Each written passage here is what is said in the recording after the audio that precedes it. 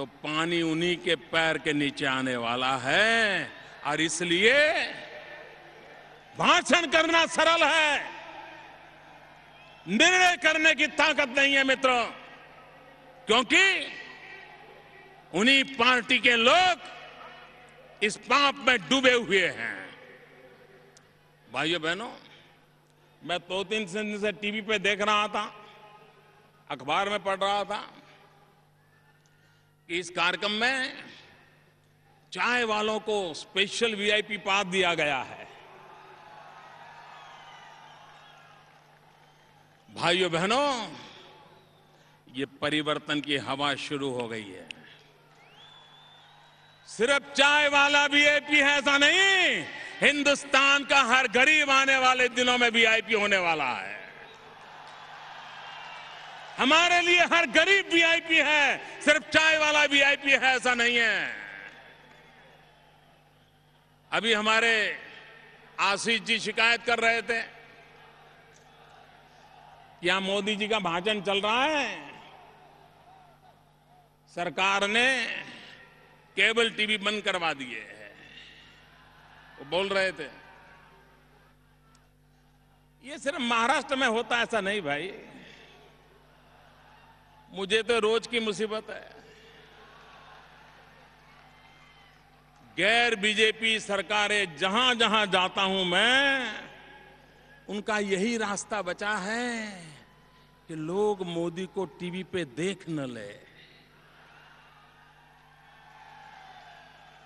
लेकिन कांग्रेस के मित्रों,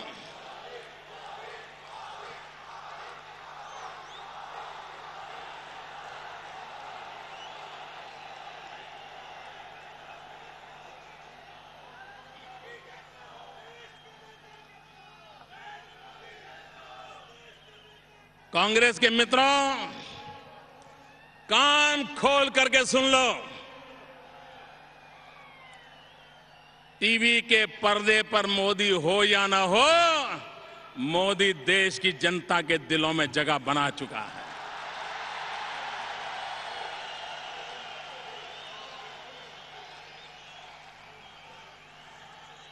कांग्रेस के मित्र, आप टीवी पर तो ताला लगा सकते हो, देशवासियों के दिल पे ताला नहीं लगा सकते हो।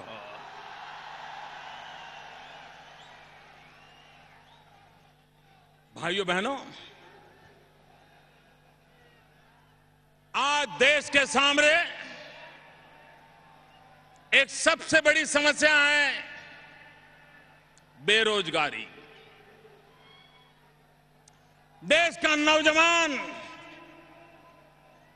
रोजगार के लिए तरस रहा है, उसे रोजगार चाहिए, वो मेहनत करने के लिए तैयार है, वो अपना गांव, घर, परिवार छोड़ करके जाने के लिए तैयार है। लेकिन देश का नौजवान निराशा की गर्त में डूब चुका है।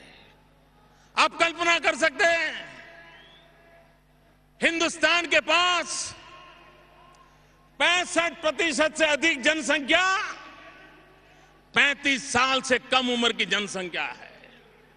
जिस देश के पास इतनी युवा शक्ति हो, जो देश दुनिया का सबसे युवा हो, वह देश दुनिया में क्या कमाल नहीं कर सकता। भाइयों, आप मुझे बताओ, नौजवानों को रोजगार का अवसर मिलना चाहिए कि नहीं मिलना चाहिए?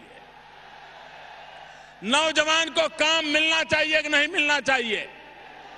नौजवान को सम्मान से जीने का अवसर मिलना चाहिए कि नहीं मिलना चाहिए? लेकिन भाइयों बहनों, दिल्ली सरकार के पास हमारा देश का नौजवान सम्मान से जिए, राष्ट्र के निर्माण में भागीदार बने, उसको अवसर मिलना चाहिए। ये इनकी योजना में कहीं नजर नहीं आता है। सारा विश्व स्किल डेवलपमेंट पर बल दे रहा है, अकेला हिंदुस्तान ऐसा है जो सिर्फ स्किल डेवलपमेंट માટે नई नई कमेटियां बनाता रहता है, नई नई कमेटियां बनाता रहता है। प्रधानमंत्री की अध्यक्षता में कमेटियां बनती हैं और 3-3 साल तक कमेटियां की मीटिंग तक नहीं होती है। भाइयों बहनों, स्किल डेवलपमेंट पर बल देना चाहिए।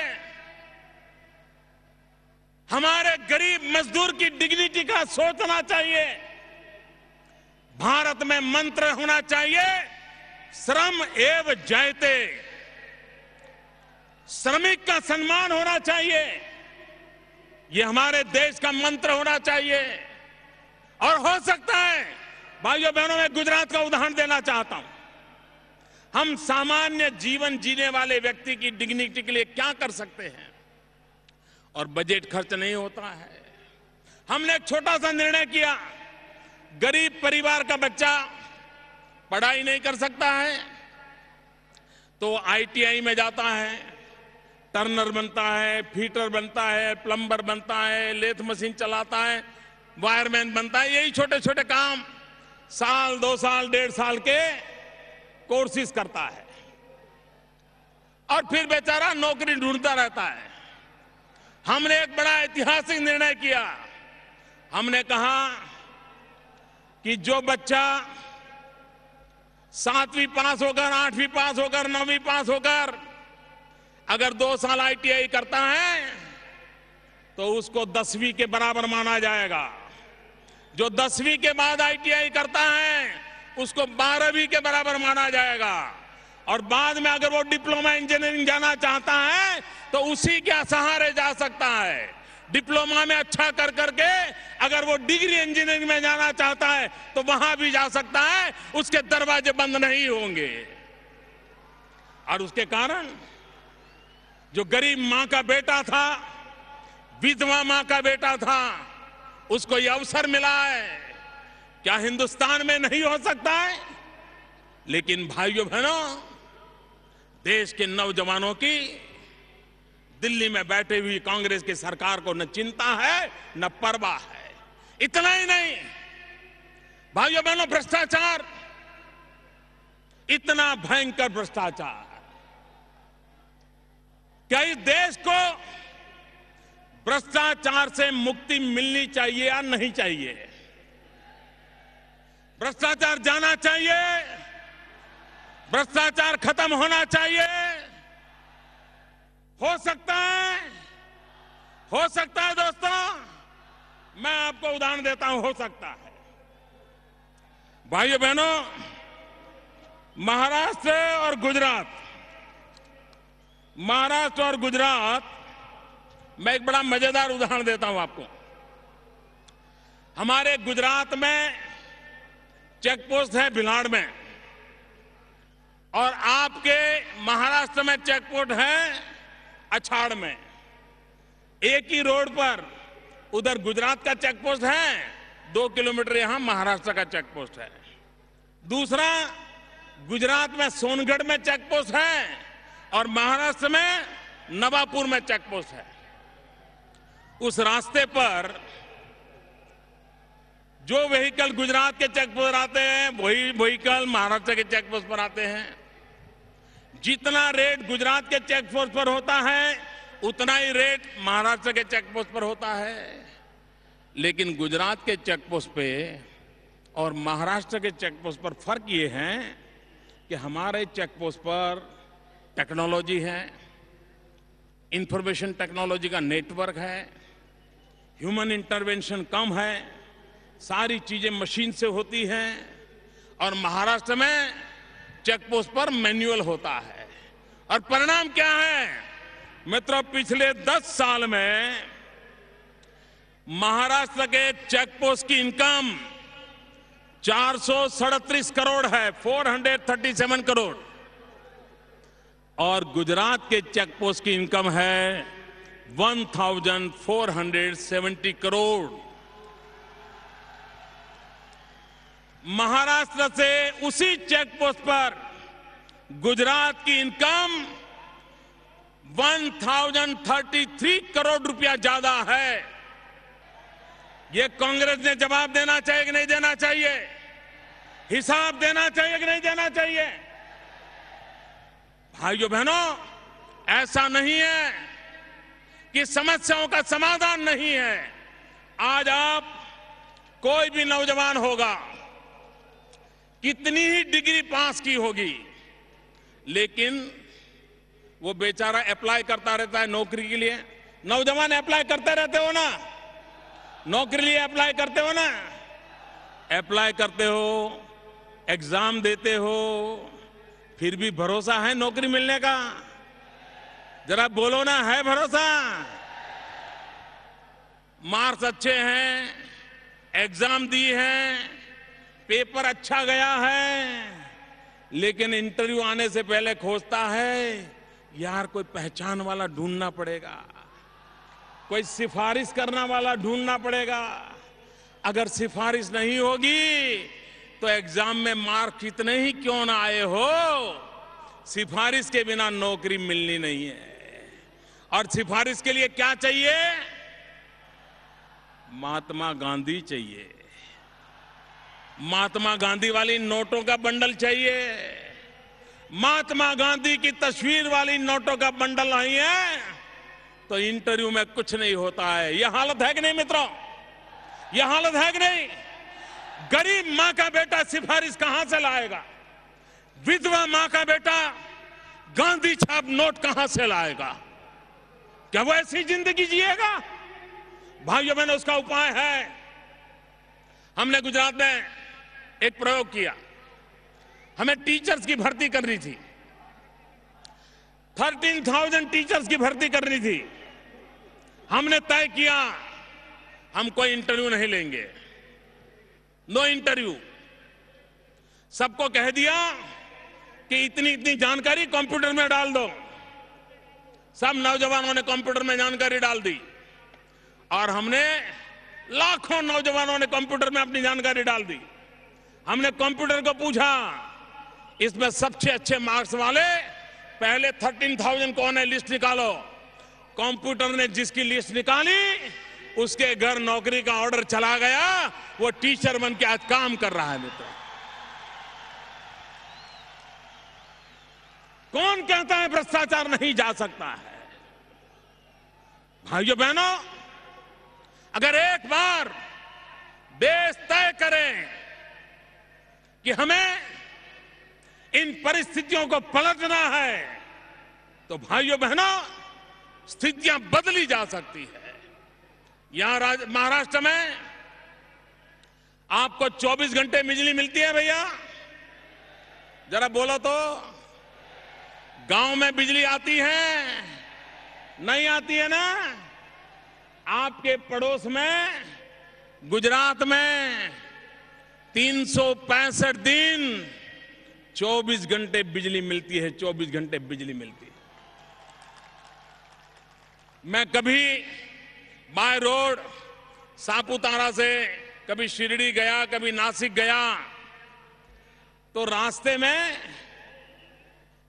जो गांव के बोर्ड लगे रहते थे तो मैंने एक बार पूछा, मैंने कहा भाई अब ये गांव महाराष्ट्र का है, गुजरात का पता कैसे चलता है? सारे बोर्ड एक जैसे हैं। तो मुझे लोगों ने कहा साहब इसके लिए बोर्ड देखने की जरूरत नहीं है, जिस गांव में अंधेरा है वो महाराष्ट्र है, जिस गांव में उजाला है वो गुजरात है। क्यों भाइयों? और उसका कारण है इनकी नीतियां जिम्मेवार है। भाइयों बहनों, आपको मालूम होगा एक सरदार सरोवर डैम गुजरात में बना है नर्मदा नदी के ऊपर। उस डैम में बिजली भी पैदा हो रही है और उस बिजली का कुछ हिस्सा महाराष्ट्र के अभी अधिकार है।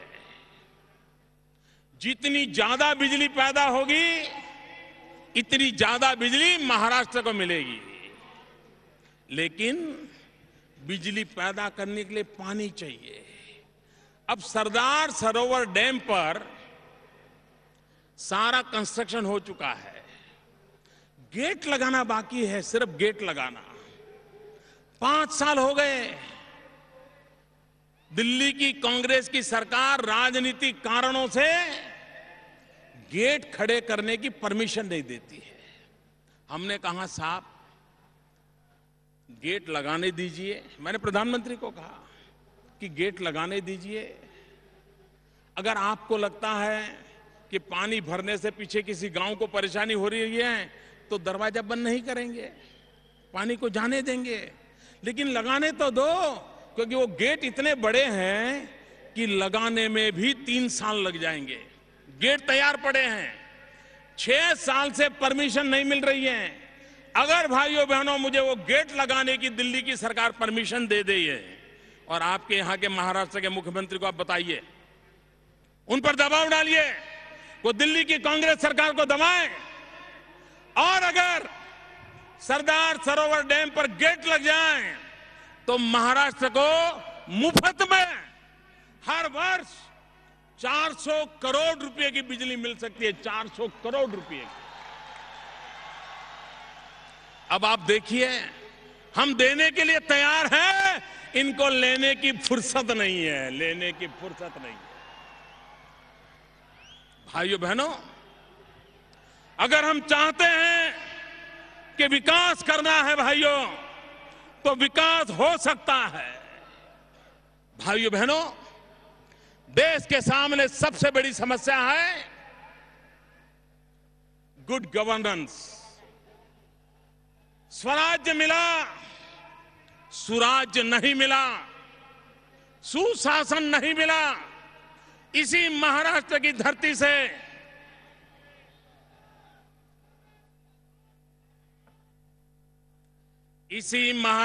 धरती से लोकमान्य तिलक ने एक मंत्र दिया था, स्वराज मेरा जन्मसिद्ध अधिकार है। भाइयों बहनों, स्वराज मेरा जन्मसिद्ध अधिकार लेकर के देश लड़ता रहा, स्वराज मिला। आज समय की मांग है, हम सब ललकार करें कि स्वराज्य ये मेरा जन्मसिद्ध अधिकार है। आजादी के पहले स्वराज्य हमारा जन्मसिद्ध अधिकार था, आजादी के बाद स्वराज्य हमारा जन्मसिद्ध अधिकार है। आज सारी समस्याओं की जड़ में हमारा बैड गवर्नेंस है। और भाइयों बहनों, शरीर कितना ही स्वस्थ क्यों न हो, कितना ही मजबूत दिखता क्यों न हो, वजन अच्छा हो, ऊंचाई अच्छी हो, नींद अच्छी आती हो, सांस ठीक हो, सब ठीक हो, लेकिन एक बार अगर डायबिटीज हो जाए तो दिखने में तो कोई फर्क नहीं पड़ता है, लेकिन बारी बारी से सैकड़ों बीमारियों का वो घर बन जाती है। शरीर में सैकड़ों बीमारियां घुस जाती हैं, धीरे धीरे सारा शरीर नष्ट हो जाता है। ये बैड गवर्नेंस भी डायबिटीज जैसा है। राज्य के अंदर ये बैड गवर्नेंस डायबिटीज की तरह हर बीमारियों का कारण बन जाता है। और इसलिए भाइयों बहनों, जब तक हम सुशासन की राजनीति को नहीं करेंगे, सुशासन को लेकर के नहीं चलेंगे, तब तक भाइयों बहनों हम देश का भला नहीं कर सकेंगे। और इसलिए भाइयों बहनों, मैं आज जब आपके पास आया हूं तब गुड गवर्नेंस पर बल देने की बात करने आया हूं। भाइयों बहनों, 2 विजन में क्या फर्क होता है आप देखिए। एक तरफ भारत की आन बान शान आईएनएस विक्रांत, हिंदुस्तान की सेना जिसके लिए गर्व करती है, युद्ध के मैदान में भारत को गौरव दिलाने वाला आईएनएस विक्रांत, आज दिल्ली की सरकार इस ऐतिहासिक धरोहर को टुकड़े टुकड़े करने पर तुली हुई है। हम हिंदुस्तान के कोने कोने से किसान से लोहे का टुकड़ा मांग करके उससे भव्य इमारत बनाने का सपना देख रहे हैं, इतिहास की धरोहर पैदा करने का सपना देख रहे हैं। हम टुकड़े ला करके एकता का सपना साकार करना चाहते हैं, इतिहास की विरासत को जिंदा करना चाहते हैं। और ये लोग इतिहास की विरासत को टुकड़े टुकड़े करके बांटने की योजना कर रहे हैं। ये विजन में फर्क होता है। भाइयों बहनों, आज जब मैं मुंबई की धरती पर आया हूं तो मैं बॉलीवुड को याद करना चाहता हूं मित्रों, फिल्म इंडस्ट्री को याद करना चाहता हूं।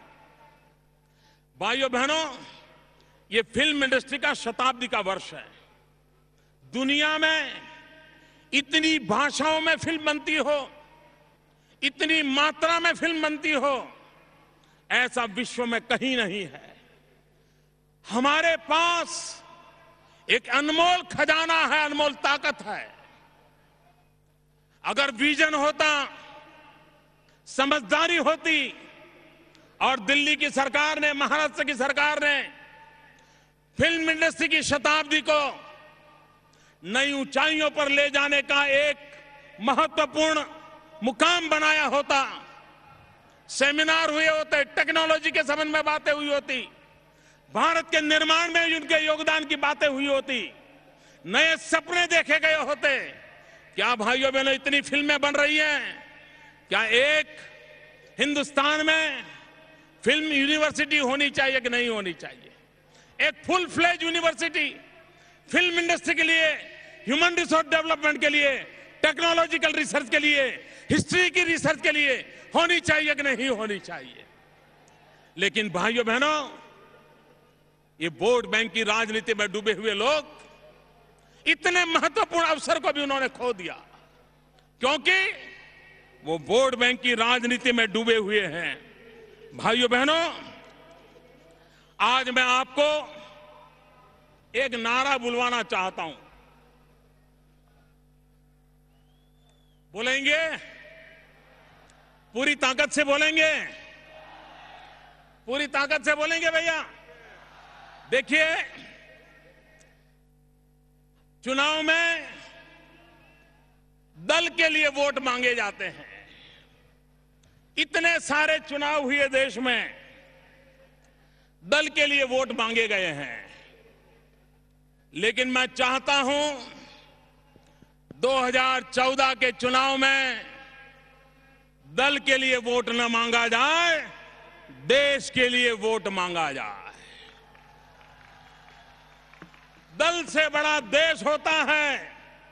और इसलिए भाइयों बहनों, हम एक मंत्र लेकर के जाना चाहते हैं।